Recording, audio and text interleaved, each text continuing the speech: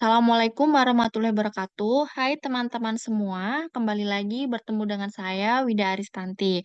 Pada kesempatan kali ini, saya ingin memaparkan terkait sejarah perkembangan ilmu administrasi dan manajemen part kedua, di mana part yang pertama sudah saya upload ya, sudah saya terangkan di video sebelumnya. Jadi teman-teman yang ingin mencari video yang pertama, materi yang pertama bisa cari video sebelum video yang ini gitu ya. Nah, pada pembahasan kali ini saya ingin menjelaskan lebih lanjut lagi terkait sejarah-sejarah ilmu administrasi dan kedudukan ilmu administrasi pada pencabangan ilmu. Oke, lanjut saja ya. Kita akan mengulas materi ini lebih dalam lagi atau organisasi. Itu next, lanjut. Nah, sekarang kita bisa melihat administrasi sebagai seni. Maksudnya apa sih sebagai administrasi sebagai seni? Jadi maksudnya administrasi sebagai seni itu adalah bisa dianggap administrasi itu sebagai sebuah kreativitasan, sebagai keterampilan intrapersonal, sebagai seni dalam pengambilan keputusan, juga sebagai intuisi. Nah, saya akan menjelaskan nih pertama dari segi kreativitas. Kenapa sih sebagai di administrasi itu dianggap sebagai sebuah kekreativitasan gitu ya? Karena kita sebagai pemimpin atau administrator itu harus bisa mm, melihat situasi yang terjadi, kondisi yang terjadi. Kita tidak bisa nih menerapkan hanya satu sudut cara berpikir aja untuk menyelesaikan semua permasalahan yang ada. Kita harus melihat nih kondisinya seperti apa ya, orang-orang yang ada nih seperti apa ya. Jadi sebagai pemimpin atau administrator kita harus bisa menyesuaikan dengan kondisi yang terjadi.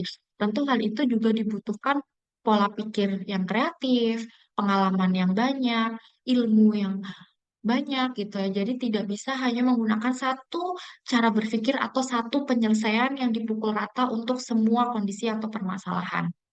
Yang kedua itu adalah keterampilan interpersonal. Jadi administrasi ini melibatkan eh, orang banyak. Jadi ketika kita berada di sebuah organisasi, tentu kita akan menghadapi banyak orang dengan berbagai macam karakter, pemikiran, sudut pandang gitu. Maka kita juga harus bisa menyesuaikan atau berkoordinasi, bekerja sama, berkomunikasi yang baik dengan orang tersebut sehingga kita bisa mencari nih solusi.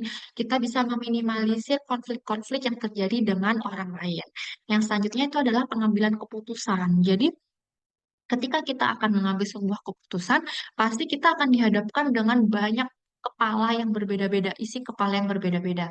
Nah, ketika sebagai pemimpin kita tidak memiliki keahlian atau seni dalam mengambil keputusan, pasti banyak orang yang tidak setuju atau bertentangan nih dengan keputusan yang kita ambil. Nah, dari situ nih peran administrasi sebagai seni untuk bisa mengkoordinir isi kepala orang yang banyak itu tadi, yang berbeda pendapat itu tadi, untuk sama-sama setuju atau sepakat dari keputusan yang kita ambil. Yang selanjutnya itu adalah intuisi, karena administrasi itu juga memerlukan intuisi atau perasaan untuk membaca situasi, sehingga dengan kita membaca situasi, kita melihat kondisi yang terjadi itu seperti apa, eh, lingkungannya tuh seperti apa, kita tidak gegabah dalam mengambil keputusan. Coba kita tidak bisa melihat sebuah kondisi, kita gegabah mengambil keputusan, akhirnya keputusan yang kita ambil malah bisa menjadikan apa ya keputusan yang salah sehingga tidak bisa organisasi atau perusahaan mencapai tujuan yang kita inginkan seperti itu. Yang selanjutnya administrasi ini juga dianggap sebagai ilmu. Karena kenapa? Karena di dalam administrasi itu juga terdapat prinsip-prinsip yang teruji dan dapat diterapkan secara sistematis. Yang kedua, administrasi itu juga apa ya sebagai ilmu karena dia memiliki metodologi yang pasti, metode ilmiah dalam penelitian dan pengumpulan data. Yang selanjutnya itu adalah administrasi dikatakan sebagai ilmu karena administrasi juga memiliki teori.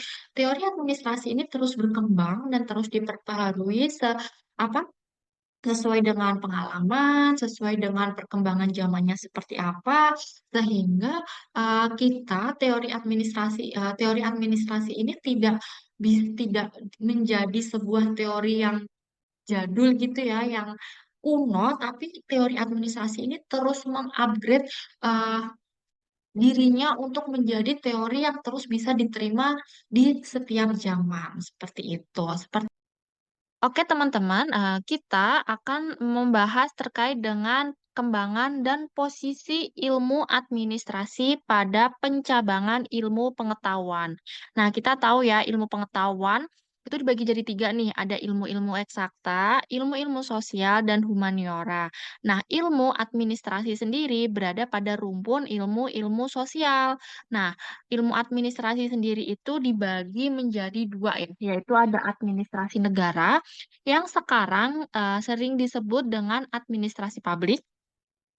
Yang kedua itu adalah ada administrasi privat atau administrasi niaga yang sering disebut atau sekarang nih sering disebut dengan administrasi bisnis. Nah, administrasi perkantoran sendiri itu berada pada rumpun administrasi negara atau administrasi publik.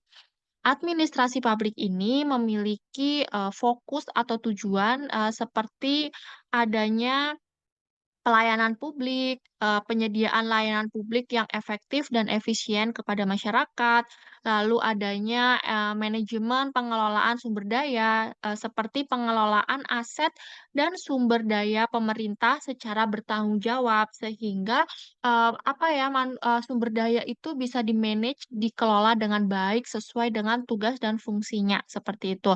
Selanjutnya adalah pengambilan keputusan.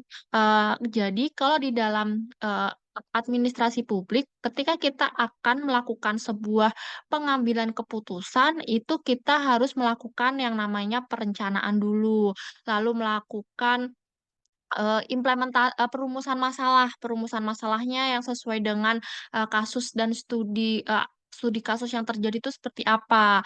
Lalu adanya pengambilan keputusan, lalu pengimplementasian dari keputusan tersebut, lalu kita melakukan evaluasi gitu. Sedangkan administrasi bisnis ini ranahnya lebih kepada bagaimana sih caranya sebuah organisasi atau perusahaan di sini bisa mendapatkan keuntungan atau profit seperti itu.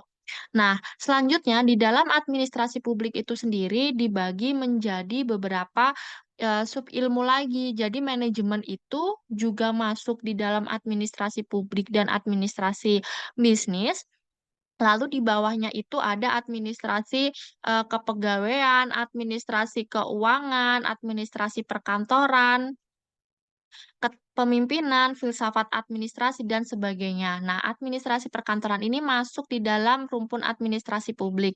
Nah, harapannya ketika teman-teman ini mempelajari administrasi perkantoran, teman-teman mampu menciptakan nantinya ketika teman-teman bekerja di sebuah perusahaan atau instansi atau organisasi, teman-teman mampu menciptakan efisiensi operasional dengan otomatisasi tugas-tugas administrasi dengan baik. Yang kedua, adanya kemudahan-kemudahan aksesibilitas seperti itu. Jadi, harapannya teman-teman bisa meningkatkan akses terhadap informasi dan dokumen atau arsip penting dari mana saja dan di mana saja. Selanjutnya, teman-teman juga bisa melakukan kolaborasi nih. Jadi teman-teman bisa menciptakan kolaborasi, koordinasi yang baik antara eh, tim satu dengan tim yang lain. Teman-teman dapat berkoordinasi dengan baik, teman-teman bisa bekerja sama dengan baik untuk mencapai tujuan. Yang selanjutnya keamanan data gitu. Jadi harapannya teman-teman bisa meningkatkan keamanan data dengan sistem penyimpanan dan kontrol akses yang terintegrasi. Jadi gimana caranya data-data yang ada tuh tidak bocor, data-data yang ada tuh tidak hilang. Teman-teman bisa mencari data-data itu dengan cepat, efisien, dan efektif. Seperti itu ya teman-teman. Saya kira cukup terkait pemaparan sejarah perkembangan ilmu administrasi pada video kali ini. Kita bertemu lagi ya dengan materi-materi lain di video selanjutnya. Terima kasih.